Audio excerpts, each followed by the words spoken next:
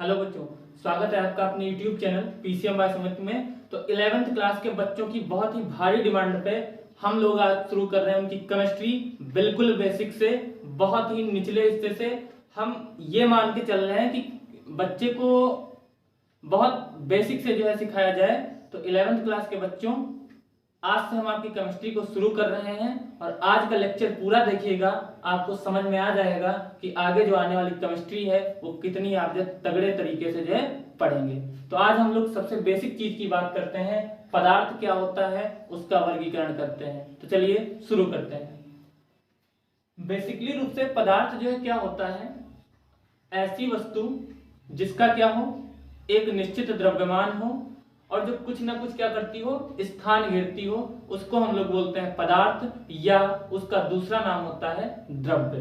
फिर से समझ लीजिए, ऐसी वस्तु जो स्थान घेरती हो और उसका कुछ ना कुछ एक द्रव्यमान हो, उसको हम बोलेंगे पदार्थ। जैसे मार्कर आप देख रहे होंगे सामने, इसका कुछ ना कुछ वेट है, द्रव्यमान है, साथ में अगर इसको हम रखते हैं तो ये स्थान घेरता है, यानी ये क्या हो गया, पदार्थ हो गया। बात आई समझ में कि पदार्थ किसको कहते हैं, या फिर इसी का दूसरा नाम क्या है, इसी का दूसरा नाम है द्रव्य, और इंग्लिश में हम लोग इसको कहते हैं मैटर।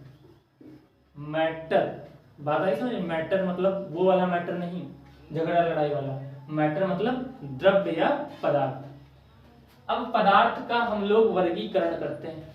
तो पदार्थ का वर्गीकरण दो तरीकों से होता है, एक तो भौतिक आधार पर, दूसरा रासायनिक आधार पर।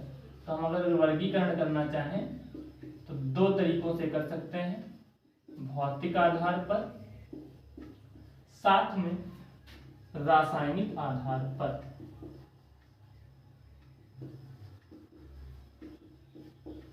अच्छा, एक चीज और है, भौतिक और रासायनिक में फर्क क्या होता है।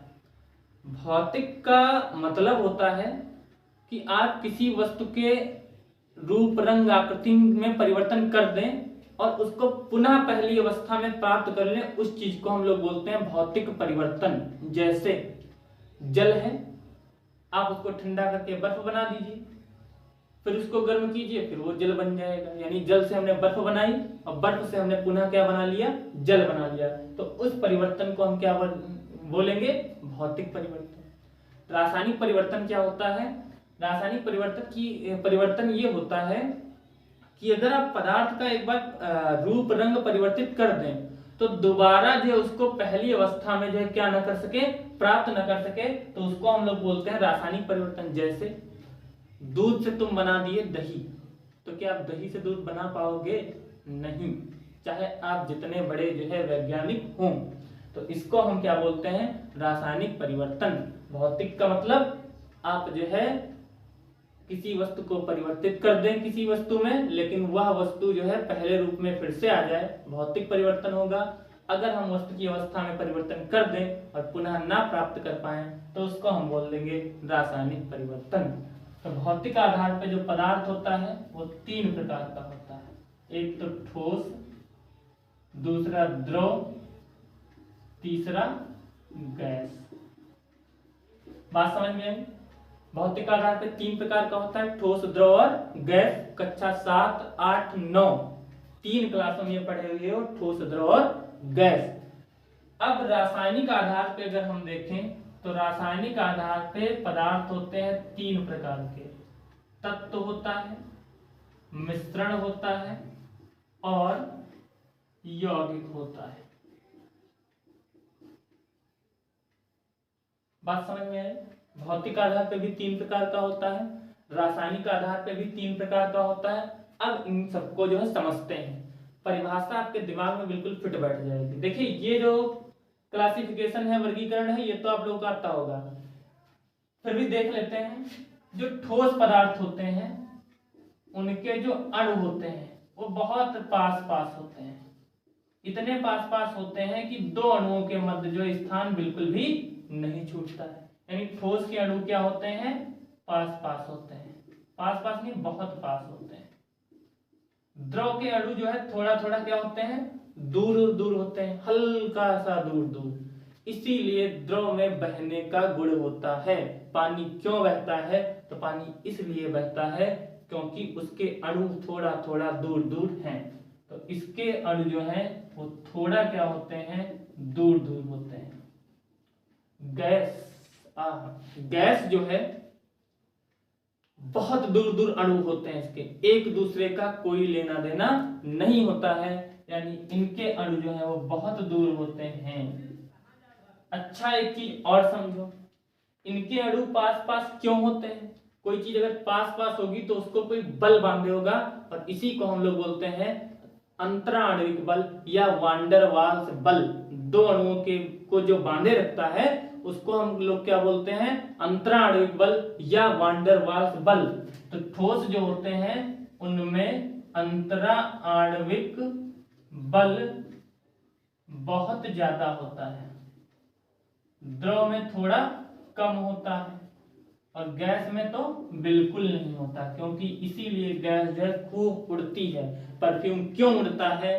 क्योंकि उसके अणुओं के मध्य कहीं कोई बल जो है अंतराणविक नहीं लगता है। तो बहुत सारी इनके बारे में चीजें जानते होंगे कि ठोस की आकृति निश्चित होती है, द्रव की आकृति निश्चित नहीं होती, एक बोतल से दूसरी बोतल में पलटोगे उसकी आकृति ले लेगा, गैस की भी आकृति निश्चित नहीं होती है। तो ये तो आप लोग जानते होंगे। मेन दो चीजें हैं कि ठोस के अणु पास पास होते हैं, द्रव के अणु थोड़ा दूर दूर होते हैं, गैस के बहुत दूर होते हैं। ठोसों के मध्य वांडर वाल्स बल जो है वो बहुत अधिक होता है, द्रव के मध्य जो है बहुत थोड़ा सा कम होता है, और गैस के मध्य बिल्कुल नहीं होता है। ठोस का आकार निश्चित होता है, द्रव का आकार निश्चित नहीं होता है, जिस पात्र में हम रखते हैं उसी की आकृति जो है ले लेता है। जबकि गैस का आयतन भी जो है निश्चित नहीं होता है, ना तो उसका आकार निश्चित होता है। तो ये तो आप बहुत पहले से पढ़े हुए हैं, फर्स्ट ईयर के लिए आपको समझना है मेन चीज ये 11th क्लास वालों। अब जो है जरा ध्यान से पढ़ना। तत्व किसको कहते हैं? तत्व कहते हैं उसको एक ही पदार्थ से एक ही प्रकार के अणुओं से बने पदार्थ को तत्व कहते हैं। क्या बताया हमने? एक ही प्रकार के अणुओं से बने पदार्थ को तत्व कहते हैं। जैसे मान लो तत्व को यहां पे समझा रहे हैं, हाइड्रोजन है, यह हाइड्रोजन का एक परमाणु है, और इसमें अगर हम एक हाइड्रोजन और मिला दें तो आपका बनता है H2, जो कि क्या होता है, तत्व है। ये परमाणु हो गया, दो परमाणु मिले, ये एक अणु बन गया, अणु भी एक प्रकार का तत्व है। तो क्या जो हाइड्रोजन लिखा है जो कि आपका एक तत्व है, क्या इसमें हाइड्रोजन के परमाणुओं अणुओं के अलावा कुछ मिला है? नहीं मिला है, इसलिए इसको हम क्या बोलेंगे? तत्व बोलेंगे। ऑक्सीजन लिखा है, और आपका जैसे लिखा हुआ है प्लेटिनम लिखा हुआ है, सोना लिखा हुआ है, अगर आप इन सबको लो तो ऑक्सीजन में केवल ऑक्सीजन के परमाणु अणु है, प्लेटिनम में केवल प्लेटिनम के परमाणु अणु है, जो सोना है उसमें केवल सोने के परमाणु अणु है, यानी इस चीज के अलावा उसके अंदर कुछ भी नहीं है। तो उसको हम क्या बोलेंगे? तत्व। यानी एक ही प्रकार के अणुओं से जो पदार्थ बनते हैं उनको हम लोग बोलते हैं अणु। अणु नहीं, तत्व बोलते हैं उनको। जैसे हाइड्रोजन में जो हाइड्रोजन है उसमें केवल हाइड्रोजन के अणु परमाणु है, ऑक्सीजन में केवल ऑक्सीजन के अणु परमाणु है, प्लेटिनम में केवल प्लेटिनम के अणु परमाणु है। यानी एक ही प्रकार के अणुओं से बने पदार्थ को क्या बोलते हैं? तत्व बोलते हैं। बात आई समझ में? चलिए आगे बढ़ते हैं। मिश्रण किसको कहते हैं? दो या दो से अधिक पदार्थों को अनिश्चित अनुपात में मिलाने पर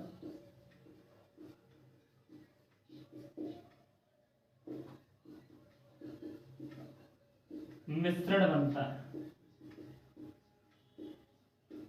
बात समझना, दो या दो से अधिक पदार्थों को अनिश्चित अनुपात में मिलाने पर, मान लेते हैं मिश्रण हम लोग यहां पे ले लेते हैं।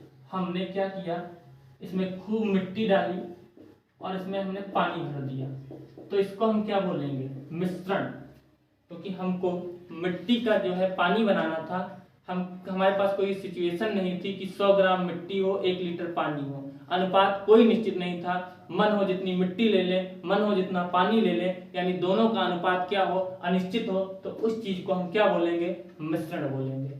भाई आपके घर में जैसे शरबत बनता है और हमारे घर में शरबत बनता है, हो सकता है आपके वहां चीनी ज्यादा हो, तो आप 1 लीटर पानी में 250 ग्राम चीनी डालते हो सकता है हमारे वहां चीनी कमी हो, तो हम 1 लीटर में क्या करें? 50 ग्राम जो है बढ़िया आराम से तुमको जो पिला दे शरबत जो है 50 ग्राम चीनी का। तो कोई फिक्स तो है नहीं कि 1 लीटर पानी में इतनी ही चीनी पड़ेगी। मीठा पीना होगा तो हम ज्यादा डालेंगे चीनी, कम मीठा पीना होगा कम डालेंगे चीनी, यानी अनुपात जो है इनका निश्चित नहीं है। तो जब दो तत्व अनिश्चित अनुपात में मिलते हैं तो उसको हम लोग बोलते हैं मिश्रण।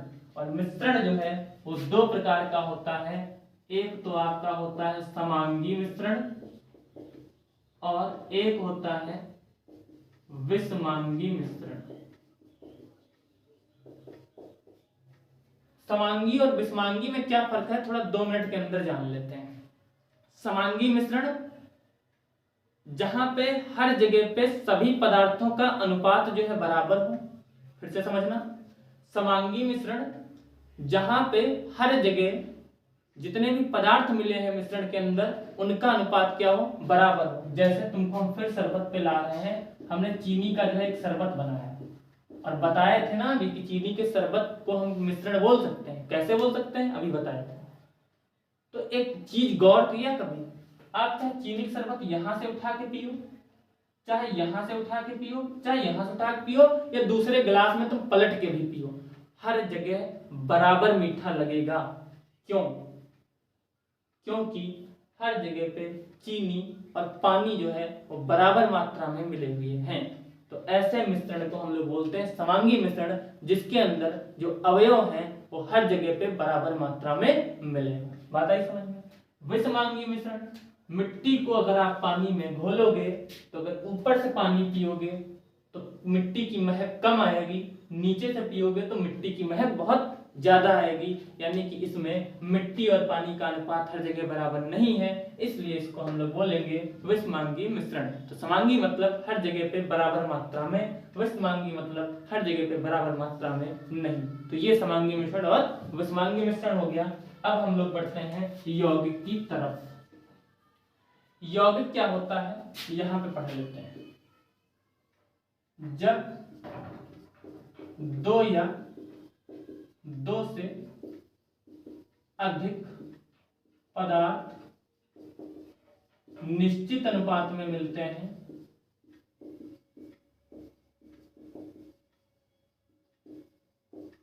तो उसे यौगिक कहते हैं। कक्षा 8 से पढ़ते आए हो कि जल हमारा यौगिक है। यौगिक हमने क्या बताया कि जब 2 या 2 से अधिक पदार्थ निश्चित अनुपात में मिले, अगर अनिश्चित में मिले तो फिर क्या बन जाएगा? मिश्रण। अगर निश्चित में बने तो क्या हो जाएगा? यौगिक। अच्छा, जल को यौगिक बताया गया, क्यों बताया गया समझो इस चीज को। जल का सूत्र होता है H2O, यानी कि कहने का मतलब है जब हाइड्रोजन होंगे 2, ऑक्सीजन होंगे 1, यानी इन दोनों का होगा अनुपात 2:1, तब हमारा बनता है जल। अब तुम चाहे दुनिया में कि पाकिस्तान से किताब उठा लो, चाहे अफगानिस्तान से उठा लो, चाहे जो रूस चले जाओ, जल का सूत्र हर एक किताब में तुमको लिखा मिलेगा H2O। क्योंकि जब तक हाइड्रोजन का अनुपात 2 और ऑक्सीजन का अनुपात 1 नहीं होगा तब तक जल बन ही नहीं सकता है। इसलिए जल का हमेशा सूत्र होता है H2O। तो इनका अनुपात निश्चित है ना, हाइड्रोजन का अनुपात 2 होगा हमेशा, ऑक्सीजन का हमेशा 1 होगा, यानी इनका अनुपात हाइड्रोजन और ऑक्सीजन का निश्चित है। और दोनों को हम जब निश्चित अनुपात में मिलाते हैं तो हमारा क्या बनता है? यौगिक। इसीलिए हम जल को बोलते हैं यौगिक। बात आई समझ में कुछ? तुम चाहे नाली के पानी का सूत्र लिखो, चाहे घर के पानी का सूत्र लिखो, चाहे नहाने के पानी का सूत्र लिखो, चाहे पीने के पानी का सूत्र लिखो, हमेशा क्या लिखते हो? H2O, यानी हाइड्रोजन 2 ऑक्सीजन 1, यानी जल में हाइड्रोजन और ऑक्सीजन का अनुपात निश्चित रहता है, और जहाँ पे दो पदार्थों या दो से अधिक पदार्थ एक निश्चित अनुपात में मिलाए जाते हैं तो उसको हम लोग बोलते हैं यौगिक। उम्मीद है कि पदार्थ और उसका वर्गीकरण जो है समझ में आया होगा। नोट्स आप बनाते चलिए, बेसिक से मैं पढ़ा रहा हूँ और लास्ट तक आपको पूरी केमिस्ट्री, बिल्कुल आपको केमिस्ट्री में अगर रुचि नहीं है तो पूरी आपको केमिस्ट्री पढ़ना बहुत अच्छा लगेगा, और फिजिक्स भी पढ़ना आपको बहुत अच्छा लगेगा। प्यार दीजिए, सपोर्ट दीजिए, अपना चैनल को सब्सक्राइब कीजिए, मित्रों तक शेयर कीजिए। और हाँ, अगर चाहते हैं आप बढ़िया हस्तलिखित पीडीएफ नोट्स लेना तो फिर जरूर जो है संपर्क करिए व्हाट्सएप नंबर पे, क्योंकि हम लोग एक ग्रुप बना रहे हैं ऑनलाइन, जहां पे आपको जो है मिलेंगे पूरे जो है पीडीएफ नोट्स। इसलिए कमेंट बॉक्स में अपना नंबर देना ना भूलें, या फिर कमेंट बॉक्स में एक फॉर्म की लिंक पड़ी हुई है, उसमें जाके अपना जो फॉर्म भर दीजिए। तो प्यारे विद्यार्थियों, चैनल को सब्सक्राइब कीजिए, अपने मित्रों तक शेयर कीजिए और बेल आइकन को दबाना ना भूलिए। मिलते हैं अगले वीडियो में, तब तक के लिए धन्यवाद आप सभी का। मिलते हैं अगले वीडियो में।